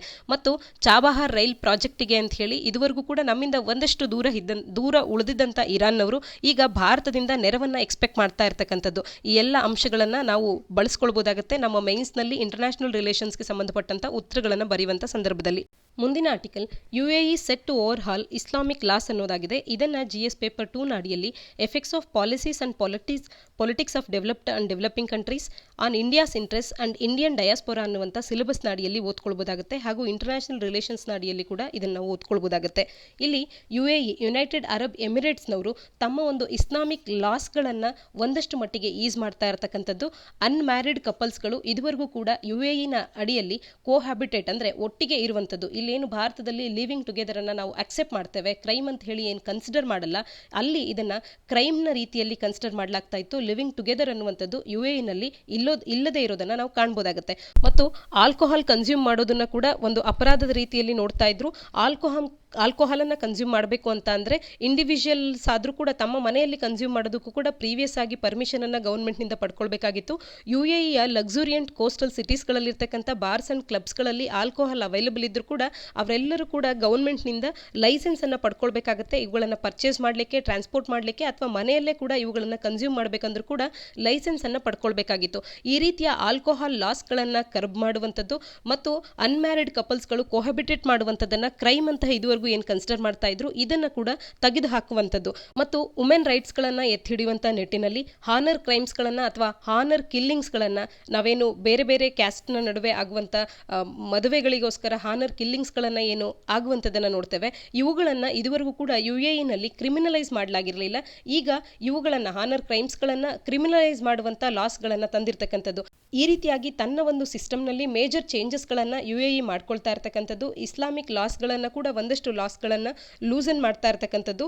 ಒಟ್ಟಾರೆ ಏನು ತೋರಿಸ್ತಾ ಇದೆ ಅಂತ ಅಂದರೆ ಪರ್ಸನಲ್ ಫ್ರೀಡಮ್ಗೆ ಹೆಚ್ಚು ಮಹತ್ವವನ್ನು UAE ನೀಡ್ತಾ ಇರ್ತಕ್ಕಂಥದ್ದು ಅಥವಾ ಪರ್ಸನಲ್ ಫ್ರೀಡಮನ್ನು ಬ್ರಾಡನ್ ಮಾಡ್ತಾ ಇದೆ ಅನ್ನುವಂಥದ್ದು ತೋರಿಸ್ತಾ ಇದೆ. ಇವು ಈ ದೇಶದ ಪ್ರೊಫೈಲನ್ನು ಚೇಂಜ್ ಮಾಡುವಂಥ ಒಂದು ನಡೆಗಳಾಗುತ್ತೆ ಅನ್ನೋದನ್ನ ಇಲ್ಲಿ ತಿಳಿಸ್ತಾ ಇರ್ತಕ್ಕಂಥದ್ದು. ಪ್ರೀವಿಯಸ್ಲಿ ಎಷ್ಟೋ ಫಾರಿನರ್ಸ್ಗಳು ಇಲ್ಲಿ ಬಂದು ಈ ರೀತಿಯಾಗಿ ಕೋಹಬಿಟೇಟ್ ಮಾಡುವಂಥ ಸಂದರ್ಭದಲ್ಲಿ ಅವರುಗಳ ಮೇಲೆ ಎಷ್ಟೋ ಕೇಸಸ್ಗಳನ್ನು ಹಾಕ್ತಾ ಇದ್ದದನ್ನು ನಾವು ಕಾಣ್ತಾ ಇದ್ವಿ. ಇನ್ನು ಮುಂದೆ ಇಂಥ ಒಂದು ಪರಿಸ್ಥಿತಿಗಳನ್ನು ಅವರು ಎದುರಿಸಬೇಕಾಗಿ ಬರೋದಿಲ್ಲ. ಹಿಸ್ಟಾರಿಕ್ ಆದಂಥ ಒಂದು ಡೀಲ್ ಅನ್ನುವಂಥದ್ದು US ಮತ್ತು UAE ನಡುವೆ ಬಂದಿರತಕ್ಕಂಥ ಈ ಸಂದರ್ಭದಲ್ಲಿ ಇದರ ನಂತರದಲ್ಲಿ ಈ ರೀತಿಯ ಲಾಸ್ಗಳನ್ನು ತಂದಿರತಕ್ಕಂಥದ್ದು UAEಗೆ ಮತ್ತಷ್ಟು ಇನ್ಫ್ಲಕ್ಸ್ ಆಫ್ ಟೂರಿಸ್ಟ್ಗಳು ಆಗುವಂಥದ್ದು ಮತ್ತು ಇನ್ವೆಸ್ಟ್ಮೆಂಟ್ ಹೆಚ್ಚಿನದಾಗಿ ಒಳಹರಿವು ಅನ್ನುವಂಥದ್ದು ಆಗುವಂಥದ್ದನ್ನು ನಾವು ಮುಂಬರುವಂಥ ದಿನಗಳಲ್ಲಿ ಕಾಣಬಹುದಾಗುತ್ತೆ. ಒಟ್ಟಾರೆಯಾಗಿ UAEಯಲ್ಲಿನ ಡಯಾಸ್ಪೋರವನ್ನು ನೋಡಿದಾಗ ಅತಿ ಹೆಚ್ಚಿನ ಇಂಡಿಯನ್ ಡಯಾಸ್ಪೋರವನ್ನು UAE ಹೊಂದಿರತಕ್ಕಂಥದ್ದು. ಒಟ್ಟಾರೆಯಾಗಿ ಭಾರತದ ಡಯಾಸ್ಪೋರಾ ಅಲ್ಲೇನಿದೆ ಅವ್ರಿಗೂ ಕೂಡ ತಮ್ಮ ಒಂದು ಪರ್ಸನಲ್ ಫ್ರೀಡಮ್ ಅನ್ನ ಬ್ರಾಡನ್ ಮಾಡ್ಕೊಳ್ಳುವಂತ ಒಂದು ಅವಕಾಶವನ್ನ ಈ ಒಂದು ಚೇಂಜಸ್ಗಳು ನೀಡಿದೆ ಅಂತ ಹೇಳ್ಬೋದಾಗುತ್ತೆ. ಈ ಆರ್ಟಿಕಲ್ನ ಹಿನ್ನೆಲೆಯಲ್ಲಿ UAEಯನ್ನ ಬೌಂಡ್ ಮಾಡಿರ್ತಕ್ಕಂಥ ವಾಟರ್ ಬಾಡಿ ಯಾವುದು ಅನ್ನೋದನ್ನ ಕಮೆಂಟ್ ಸೆಕ್ಷನ್ ಅಲ್ಲಿ ತಿಳಿಸಿ. ಮುಂದಿನ article China's October export surge imports rise ಅನ್ನೋದನ್ನ ನಾವು ನೋಡಬಹುದಾಗುತ್ತೆ. ಇದನ್ನ GS ಪೇಪರ್ 3 ಅಡಿಯಲ್ಲಿ ಎಕಾನಮಿ ಅಡಿಯಲ್ಲಿ ಓದ್ಕೊಳ್ಬಹುದಾಗುತ್ತೆ. ಚೀನಾದಲ್ಲಿ ಅಕ್ಟೋಬರ್ನಲ್ಲಿ ಎಕ್ಸ್ಪೋರ್ಟ್ಸ್ಗಳು ಕೂಡ ಸಾಕಷ್ಟು ಹೆಚ್ಚಾಗಿರ್ತಕ್ಕಂಥದ್ದು ಮತ್ತು ಇಂಪೋರ್ಟ್ಸ್ ಕೂಡ ಅಲ್ಲಿ ಹೆಚ್ಚಾಗಿರ್ತಕ್ಕಂಥದ್ದು. ಎಕ್ಸ್ಪೋರ್ಟ್ ಅನ್ನುವಂಥದ್ದು 14.4% ಕಳೆದ ವರ್ಷಕ್ಕೆ ನಾವು ಕಂಪೇರ್ ಮಾಡಿದಾಗ ಇನ್ಕ್ರೀಸ್ ಆಗಿರೋದನ್ನ ಚೀನಾದಲ್ಲಿ ನಾವು ಕಾಣಬಹುದಾಗುತ್ತೆ. ಮತ್ತು ಅಕ್ಟೋಬರ್ ತಿಂಗಳಿನ ಆಮದು ಕೂಡ ಹೆಚ್ಚಾಗಿರ್ತಕ್ಕಂಥದ್ದು. ಇದರಿಂದ ನಮಗೆ ತಿಳಿಯುವಂಥದ್ದು ಏನು ಅಂತ ಅಂದ್ರೆ ಜಗತ್ತಿನ ಎಲ್ಲ ರಾಷ್ಟ್ರಗಳು ಕೂಡ ಈ ವರ್ಷ ಕಾಂಟ್ರಾಕ್ಷನ್ ಅನ್ನ ಅನುಭವಿಸುತ್ತೆ ಅನ್ನುವಂಥದ್ದನ್ನ IMF ಪ್ರೆಡಿಕ್ಟ್ ಮಾಡಿದ್ರು ಕೂಡ ಚೀನಾ ಕೇವಲ ಒಂದೇ ರಾಷ್ಟ್ರ ಆಗುತ್ತೆ ಈ ವರ್ಷವೂ ಕೂಡ ತನ್ನ GDPಯಲ್ಲಿ ಕಾಂಟ್ರಾಕ್ಷನ್ ಅನ್ನ ಕಾಣದೆ ಸ್ವಲ್ಪ ಮಟ್ಟಿಗೆ ಆದ್ರೂ ಕೂಡ ಗ್ರೋತ್ ಅನ್ನ ಕಾಣುವಂತ ಏಕೈಕ ರಾಷ್ಟ್ರ ಅಂತಂದ್ರೆ ಚೀನಾ ಅಂತ ಹೇಳಿ ಪ್ರೆಡಿಕ್ಟ್ ಮಾಡಲಾಗಿತ್ತು. ಅದನ್ನ ಪುಷ್ಟೀಕರಿಸುವಂತೆ ಅಕ್ಟೋಬರ್ ತಿಂಗಳಲ್ಲಿ ಇವರ ಆಮದು ಕೂಡ ಹೆಚ್ಚಾಗಿರ್ತಕ್ಕಂಥದ್ದು, ರಫ್ತು ಕೂಡ ಹೆಚ್ಚಾಗಿರ್ತಕ್ಕಂಥದ್ದು. ಇದು ನಮ್ಗೆ ಏನ್ ತೋರಿಸುತ್ತೆ ಅಂತಂದ್ರೆ ಚೀನಾದ ಮೇಲೆ ಈ ಪ್ಯಾಂಡಮಿಕ್ ನ ಇಂಪ್ಯಾಕ್ಟ್ ಅನ್ನುವಂಥದ್ದು ಆಗಿದ್ರು ಕೂಡ ಬೇರೆ ರಾಷ್ಟ್ರಗಳಿಗೆ ಆದಷ್ಟು ಹೆಚ್ಚಿನ ಇಂಪ್ಯಾಕ್ಟ್ ಅನ್ನುವಂಥದ್ದು ಚೀನಾ ರಾಷ್ಟ್ರದ ಮೇಲೆ ಆಗದೇ ಇರುವಂತೆ ಚೀನಾದವರು ನೋಡ್ಕೊಳ್ತಾ ಇದ್ದಾರೆ. ಇದರಿಂದ ಅವರ ಆರ್ಥಿಕತೆ ಅನ್ನುವಂಥದ್ದು ಬೇರೆ ರಾಷ್ಟ್ರಗಳಿಗೆ ಹೋಲಿಸಿದಾಗ ಒಂದಷ್ಟು ಸುಧಾರಣೆಯನ್ನ ಕಾಣ್ತಾ ಇದೆ, ಹೆಚ್ಚಿನ ಸುಧಾರಣೆ ಅನ್ನುವಂಥದ್ದು ಚೀನಾದಲ್ಲಿ ಆಗ್ತಾ ಇದೆ ಅನ್ನುವಂಥದ್ದು ತಿಳಿಸುತ್ತೆ. ಚೀನಾ ಹೆಚ್ಚು ಸ್ಟ್ರಾಂಗ್ ಆದಂತೆಲ್ಲ ಈಗಾಗಲೇ ನಾವೇನ್ ನೋಡ್ತಿದ್ದೇವೆ, ಚೀನಾದವರು ನಮ್ಮೊಟ್ಟಿಗೆ ಗಡಿ ಬಿಕ್ಕಟ್ಟನ್ನ ಹೊಂದಿದ್ದಂಥದ್ದು, ಈ ರೀತಿಯಾದಂಥ ತೊಂದರೆಗಳು ಭಾರತದ ಮೇಲೆ ಬರುವಂತ ಸಂಭವಗಳು ಹೆಚ್ಚಾಗೇ ಇರೋದ್ರಿಂದ ಭಾರತವು ಕೂಡ ತನ್ನ ಆರ್ಥಿಕತೆಯನ್ನ ಚೇತರಿಸಿಕೊಳ್ಳುವತ್ತ ಗಮನ ಹರಿಸಬೇಕಾಗುತ್ತೆ. ಮುಂದಿನ ಆರ್ಟಿಕಲ್ GS ಪೇಪರ್ 3 ಅಡಿಯಲ್ಲಿ ಎಕಾನಮಿ ಅಡಿಯಲ್ಲಿ ಓದ್ಕೊಳ್ಬಹುದಾದಂಥ ಒಂದು ಆರ್ಟಿಕಲ್ ಆಗುತ್ತೆ. Economy expected to bounce back next fiscal ಅಂತ ಹೇಳಿ SBI ಚೇರ್ಮನ್ ಅವರು ಹೇಳ್ತಾ ಇರ್ತಕ್ಕಂಥದ್ದು.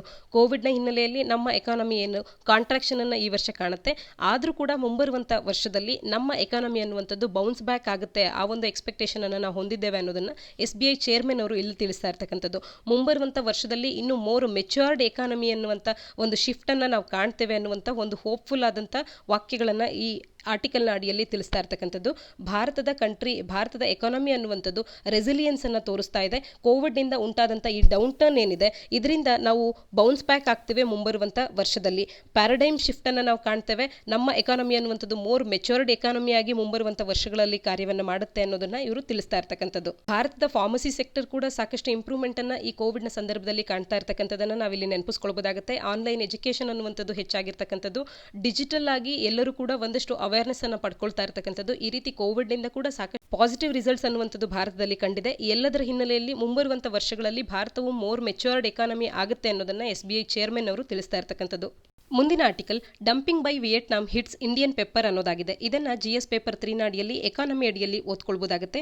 ಇಲ್ಲಿ ವಿಯೆಟ್ನಾಂ ರಾಷ್ಟ್ರದಿಂದ ಪೆಪ್ಪರ್ ಅನ್ನುವಂಥದ್ದು ಹೆಚ್ಚಿನದಾಗಿ ಭಾರತಕ್ಕೆ ಡಂಪ್ ಆಗ್ತಾ ಇರುವಂತಹ ಹಿನ್ನೆಲೆಯಲ್ಲಿ ಭಾರತದಲ್ಲಿ ಡೊಮೆಸ್ಟಿಕ್ ಪ್ರೊಡ್ಯೂಸರ್ಸ್ಗಳೇನಿದ್ದಾರೆ ಪೆಪ್ಪರ್ ಅನ್ನ ಬೆಳೀತಾ ಇರ್ತಕ್ಕಂಥವ್ರು ಇವರಿಗೆ ಸಾಕಷ್ಟು ನಷ್ಟ ಆಗ್ತಾ ಇದೆ. ಯಾಕೆಂದ್ರೆ 2016ರಲ್ಲಿ 694 ರೂಪಾಯಿಯಷ್ಟು ಪೆಪ್ಪರ್ಗೆ ಇವರು ಪಡಿತಾ ಇದ್ರೆ ಈಗ 350ರಿಂದ 400 ರೂಪಾಯಿಯಷ್ಟು, ಅದರಲ್ಲೂ ಇತ್ತೀಚೆಗೆ ನಾವು ನೋಡಿದಾಗ ನವೆಂಬರ್ನ ತಿಂಗಳಿನ ಸ್ಟಾರ್ಟಿಂಗ್ ನಲ್ಲಿ 322 ರೂಪಾಯಿಯಷ್ಟು ಮಾತ್ರವೇ ಪೆಪ್ಪರ್ ಡೊಮೆಸ್ಟಿಕ್ ಪ್ರೊಡ್ಯೂಸರ್ಸ್ ಏನಿದ್ದಾರೆ ಇವರು ಪಡ್ಕೊಳ್ತಾ ಇರ್ತಕ್ಕಂಥ ಪ್ರೈಸ್ ಆಗಿರ್ತಕ್ಕಂಥದ್ದು. ಇದರಿಂದ ಸಾಕಷ್ಟು ತೊಂದರೆಗೆ ಭಾರತದ ಡೊಮೆಸ್ಟಿಕ್ ಪೆಪ್ಪರ್ ಪ್ರೊಡ್ಯೂಸರ್ಸ್ಗಳು ಸಾಕಷ್ಟು ನಷ್ಟವನ್ನ ಅನುಭವಿಸ್ತಾ ಇರ್ತಕ್ಕಂಥದ್ದು. ಕರ್ನಾಟಕದ planters association chairman Shirish Vijayendra ಅವರು ಹೇಳೋ ಪ್ರಕಾರವಾಗಿ ರೀಸೆಂಟ್ ಇಯರ್ಸ್ಗಳಲ್ಲಿ ವಿಯೆಟ್ನಾಂನ ಪೆಪ್ಪರ್ ಎಕ್ಸ್ಪೋರ್ಟ್ಸ್ ಅನ್ನುವಂಥದ್ದು ಭಾರತಕ್ಕೆ ನೇಪಾಳನ ಮುಖಾಂತರವಾಗಿ ಹೆಚ್ಚಿನದಾಗಿ ಬರ್ತಾ ಇರ್ತಕ್ಕಂಥದ್ದು. 2015ರಲ್ಲಿ ಕೇವಲ 48 ಟನ್ಸ್ಗಳ ಮುಖಾಂತರವಾಗಿ ಬಂದಂಥದ್ದು ಈಗ 2019ರಲ್ಲಿ 5930 ಟನ್ಸ್ಗಳನ್ನ ಇದು ಮೀರಿರ್ತಕ್ಕಂಥದ್ದು. ಇದರಿಂದಾಗಿ ಭಾರತದಲ್ಲಿ ಡೊಮೆಸ್ಟಿಕ್ ಪ್ರೊಡ್ಯೂಸರ್ಸ್ಗಳು ಯಾರಿದ್ದಾರೆ ಅವರಿಗೆ ಸಾಕಷ್ಟು ತೊಂದರೆ ಅನ್ನುವಂಥದ್ದು ಉಂಟಾಗ್ತಾ ಇದೆ. ಫ್ರೀ ಟ್ರೇಡ್ ಅಗ್ರಿಮೆಂಟ್ ನಾಡಿಯಲ್ಲಿ ಶ್ರೀಲಂಕಾದವರು 2500 ಟನ್ಗಳಷ್ಟು ಝೀರೋ ಡ್ಯೂಟಿಯಲ್ಲಿ ಪೆಪ್ಪರ್ ಅನ್ನ ಭಾರತಕ್ಕೆ ಎಕ್ಸ್ಪೋರ್ಟ್ ಮಾಡಬಹುದಾಗುತ್ತೆ. ಆದರೆ ಸಾರ್ಕ್ ಅಗ್ರಿಮೆಂಟ್ ನಾಡಿಯಲ್ಲಿ 8% ನಷ್ಟು ಡ್ಯೂಟಿ ಒಟ್ಟಿಗೆ ಪೆಪ್ಪರ್ ಅನ್ನ ಎಕ್ಸ್ಪೋರ್ಟ್ ಮಾಡಬಹುದಾಗುತ್ತೆ. ಏಷ್ಯನ್ ಪ್ಯಾಕ್ಟ್ ನಾಡಿಯಲ್ಲಿ 50% ನಷ್ಟು ಡ್ಯೂಟಿಯೊಂದಿಗೆ ಭಾರತಕ್ಕೆ ಈ ಕರಿಮೆಣಸನ್ನ ಎಕ್ಸ್ಪೋರ್ಟ್ ಮಾಡಬಹುದಾಗುತ್ತೆ. ಈಗ ಪೆಪ್ಪರ್ ಅನ್ನುವಂಥದ್ದು ವಿಯೆಟ್ನಾಂನಿಂದ ಹೆಚ್ಚಿನದಾಗಿ ಬಂದು ಭಾರತದಲ್ಲಿ ಇದರ ಬೆಲೆ ಕಡಿಮೆ ಆಗ್ತಿದೆ ಅನ್ನುವಂಥ ಸುದ್ದಿಯಲ್ಲಿ ಇರೋದ್ರಿಂದ ಹಿನ್ನೆಲೆಯಲ್ಲಿ ನಾವು ಇದ್ರ ಬಗ್ಗೆ ಸ್ಪಷ್ಟವಾಗಿ ತಿಳ್ಕೊಳ್ಬೇಕಾಗುತ್ತೆ. ಫ್ರೀ ಟ್ರೇಡ್ ಅಗ್ರಿಮೆಂಟ್ ಅಡಿಯಲ್ಲಿ 2,500 ಟನ್ಸ್ನಷ್ಟು ಶ್ರೀಲಂಕಾದವರು ವಿತೌಟ್ ಎನಿ ಡ್ಯೂಟಿ, ಝೀರೋ ಡ್ಯೂಟಿಯಲ್ಲಿ ಇದನ್ನು ಎಕ್ಸ್ಪೋರ್ಟ್ ಮಾಡಿದ್ರೆ, ಸಾರ್ಕ್ ಅಗ್ರಿಮೆಂಟ್ ಅಡಿಯಲ್ಲಿ 8%, ಏಷ್ಯನ್ ಪ್ಯಾಕ್ನ ಅಡಿಯಲ್ಲಿ 50%ನಷ್ಟು ಡ್ಯೂಟಿಯನ್ನು ಇದ್ರ ಮೇಲೆ ಹಾಕಲಾಗುತ್ತೆ. ಇದ್ರ ಬಗ್ಗೆ ಒಂದಷ್ಟು ಐಡಿಯಾ ನಮಗೆ ಇರಬೇಕಾಗತ್ತೆ. ಮೋಸ್ಟ್ ಪೆಪ್ಪರ್ ಪ್ರೊಡ್ಯೂಸಿಂಗ್ ಕಂಟ್ರೀಸ್ಗಳನ್ನು ಯಾವ ರೀಜನಲ್ಲಿ ನಾವು ಕಾಣ್ತೇವೆ ಅಂದಾಗ ಏಷ್ಯನ್ ರೀಜನ್ ಅನ್ನುವಂಥದ್ದು ಕೂಡ ನಮಗೆ ಜಿಯೋಗ್ರಫಿಕಲಿ ಈ ಅಂಶ ಕೂಡ ನೆನಪಿರಬೇಕಾಗತ್ತೆ. ಹಾಗಾಗಿ ವಿಯೆಟ್ನಾಂನಂಥ ರಾಷ್ಟ್ರಗಳು ಲೋಯರ್ ಇಂಪೋರ್ಟ್ ಡ್ಯೂಟಿಯನ್ನು ಅವೈಲ್ ಮಾಡಲಿಕ್ಕಾಗಿ ಶ್ರೀಲಂಕಾ ಮತ್ತು ನೇಪಾಳದಂಥ ರೂಟನ್ನು ಹಿಡಿದು ಭಾರತಕ್ಕೆ ಇವುಗಳ ಎಕ್ಸ್ಪೋರ್ಟನ್ನು ಮಾಡ್ತಿರ್ಬೋದು ಅನ್ನುವಂಥದ್ದನ್ನು ಕೂಡ ಇಲ್ಲಿ ತಿಳಿಸ್ತಾ ಇರ್ತಕ್ಕಂಥದ್ದು. ಈ ರೀತಿ ಮಿಸ್ಯೂಸ್ ಆಗದೇ ಇರಲಿ, ಶ್ರೀಲಂಕಾಕ್ಕೆ ಏನು 2,500 ಟನ್ಸ್ನಷ್ಟು ಝೀರೋ ಡ್ಯೂಟಿನಲ್ಲಿ ಎಕ್ಸ್ಪೋರ್ಟ್ ಮಾಡಲಿಕ್ಕೆ ಒಂದು ಪವರ್ ಅನ್ನುವಂಥದ್ದು ಇದೆ. ಇಂಥ ಒಂದು ಪವರ್ಸ್ಗಳ ಮಿಸ್ಯೂಸ್ ಅನ್ನುವಂಥದ್ದು ಆಗದೇ ಇರಲಿ ಅಂತ ಹೇಳಿ ಪೆಪ್ಪರ್ ಇಂಪೋರ್ಟ್ಸ್ಗಳು ಕೇವಲ ಡೆಸಿಗ್ನೇಟೆಡ್ ಪೋರ್ಟ್ಸ್ಗಳ ಮುಖಾಂತರವಾಗಿ ಮಾತ್ರವೇ ಆಗಬೇಕಾಗುತ್ತೆ. ಈ ಎಲ್ಲ ನಿಟ್ಟಿನಲ್ಲಿ ರೆಸ್ಟ್ರಿಕ್ಷನ್ಸ್ಗಳನ್ನು ಪೆಪ್ಪರ್ ಇಂಪೋರ್ಟ್ಸ್ಗಳ ಮೇಲೆ ಹಾಕಬೇಕಾಗುತ್ತೆ. ಆರ್ಟಿಕಲ್ನ ಹಿನ್ನೆಲೆಯಲ್ಲಿ ಭಾರತದ ಪೆಪ್ಪರ್ ರೇಟ್ ಅನ್ನುವಂಥದ್ದು ಕಡಿಮೆ ಆಗೋದಕ್ಕೆ ಯಾವ ದೇಶದಿಂದ ಇತ್ತೀಚೆಗೆ ನಾವು ಪೆಪ್ಪರ್ನ ಡಂಪಿಂಗ್ ಅನ್ನು ಕಂಡ್ವಿ ಅಂದಾಗ ಅಥವಾ ಕಾಣ್ತಿದ್ದೀವಿ ಅಂದಾಗ ವಿಯೆಟ್ನಾಂ ಅನ್ನುವಂಥದ್ದು ನಮಗೆ ನೆನಪಿರಬೇಕಾಗುತ್ತೆ. ನವೆಂಬರ್ 5ರ ಸುದ್ದಿ ವಿಶ್ಲೇಷಣೆಯಂದು ನಾವು ಕೇಳಿದಂಥ ಪ್ರಶ್ನೆಗಳಿಗೆ ಉತ್ತರಗಳನ್ನು ನೋಡೋಣ. ಮೊದಲಿಗೆ ನಾನು ಎಲೆಕ್ಷನ್ ಕಮಿಷನ್ ಒಂದು ಸಾಂವಿಧಾನಿಕ ಸಂಸ್ಥೆಯಾಗಿದೆ. ಹಾಗಾದರೆ ಯಾವ ವಿಧಿಗಳ ಅಡಿಯಲ್ಲಿ ಎಲೆಕ್ಷನ್ ಕಮಿಷನ್ನ ಬಗ್ಗೆ ಮಾಹಿತಿಯನ್ನು ನಮ್ಮ ಸಂವಿಧಾನದಲ್ಲಿ ನಾವು ನೋಡ್ಬೋದಾಗುತ್ತೆ ಅಂತ ಕೇಳಿದ್ದೆ. ಸಂವಿಧಾನದ 15ನೇ ಭಾಗದಲ್ಲಿರುವಂಥ ಆರ್ಟಿಕಲ್ 324ರಿಂದ ಆರ್ಟಿಕಲ್ 329ರವರೆಗೂ ಕೂಡ ಎಲೆಕ್ಷನ್ ಕಮಿಷನ್ನ ಬಗ್ಗೆ ಮಾಹಿತಿಯನ್ನು ನಮಗೆ ತಿಳಿಸ್ಕೊಡುತ್ತೆ. ಹಾಗಾಗಿ ಆರ್ಟಿಕಲ್ 324ರಿಂದ 329ರವರೆಗೆ ಅಂತ ಹೇಳಿ ಕಮೆಂಟ್ ಸೆಕ್ಷನ್ನಲ್ಲಿ ಉತ್ತರವನ್ನು ನೀಡಿರ್ತಕ್ಕಂಥ ತಮ್ಮೆಲ್ಲರಿಗೂ ಕೂಡ ಅಭಿನಂದನೆಗಳು. ಇನ್ನು ಎರಡನೇ ಪ್ರಶ್ನೆಯಲ್ಲಿ ಏರ್ ಕ್ವಾಲಿಟಿ ಇಂಡೆಕ್ಸ್ ಏನಿದೆ, ಇದರಲ್ಲಿರ್ತಕ್ಕಂಥ ಪೊಲ್ಯೂಟೆಂಟ್ಸ್ಗಳ ಸಂಖ್ಯೆ ಎಷ್ಟು, ಅದರಲ್ಲಿ ಕಾರ್ಬನ್ ಡೈಆಕ್ಸೈಡ್ ಕೂಡ ಒಂದು ಪೊಲ್ಯೂಟೆಂಟ್ ಅಲ್ವಾ ಅನ್ನೋದನ್ನ ಕಮೆಂಟ್ ಸೆಕ್ಷನಲ್ಲಿ ತಿಳಿಸಿ ಅಂತ ಕೇಳಿದ್ದೆ. ಏರ್ ಕ್ವಾಲಿಟಿ ಇಂಡೆಕ್ಸ್ನ ಅಡಿಯಲ್ಲಿ 8 ಪೊಲ್ಯೂಟೆಂಟ್ಸ್ಗಳನ್ನು ನಾವು ಕಾಣ್ತೇವೆ. Ground level ozone, PM2.5, PM10, sulphur dioxide, nitrogen dioxide, carbon monoxide, lead ಹಾಗೂ ಅಮೋನಿಯಾ. ಈ 8 ಪೊಲ್ಯೂಟೆಂಟ್ಸ್ಗಳಲ್ಲಿ ಕಾರ್ಬನ್ ಡೈಆಕ್ಸೈಡ್ ಒಂದು ಪೊಲ್ಯೂಟೆಂಟ್ ಅಲ್ಲ. ಹಾಗಾಗಿ ಕಾರ್ಬನ್ ಡೈಆಕ್ಸೈಡ್ ಇದರೊಳಗೆ ಒಂದು ಪೊಲ್ಯೂಟೆಂಟ್ ಅಲ್ಲ ಹಾಗೂ ಇದರಲ್ಲಿರ್ತಕ್ಕಂಥ ಪೊಲ್ಯೂಟೆಂಟ್ಸ್ಗಳು 8 ಅನ್ನೋದನ್ನ ಯಾರೆಲ್ಲ ಕಮೆಂಟ್ ಸೆಕ್ಷನಲ್ಲಿ ತಿಳಿಸಿದ್ದೀರಾ ತಮ್ಮೆಲ್ಲರಿಗೂ ಕೂಡ ಅಭಿನಂದನೆಗಳು. ನಮ್ಮ ವಿಡಿಯೋ ನಿಮಗೆ ಇಷ್ಟ ಆಗಿದ್ರೆ ಈ ವಿಡಿಯೋವನ್ನು ಲೈಕ್ ಮಾಡಿ ಹಾಗೂ ನಾವು ಕೇಳಿರ್ತಕ್ಕಂಥ ಪ್ರಶ್ನೆಗಳಿಗೆ ಕಮೆಂಟ್ ಸೆಕ್ಷನ್ನಲ್ಲಿ ಉತ್ತರಗಳನ್ನು ನೀಡಿ. ಇನ್ನೂ ಹೆಚ್ಚಿನ ವಿಡಿಯೋಸ್ಗಳಿಗಾಗಿ ನಮ್ಮ ಚಾನಲ್ಗೆ ಸಬ್ಸ್ಕ್ರೈಬ್ ಆಗಿ. ನಾಳಿನ ಸುದ್ದಿ ವಿಶ್ಲೇಷಣೆಯೊಂದಿಗೆ ಮತ್ತೆ ಸಿಗೋಣ. ಧನ್ಯವಾದ.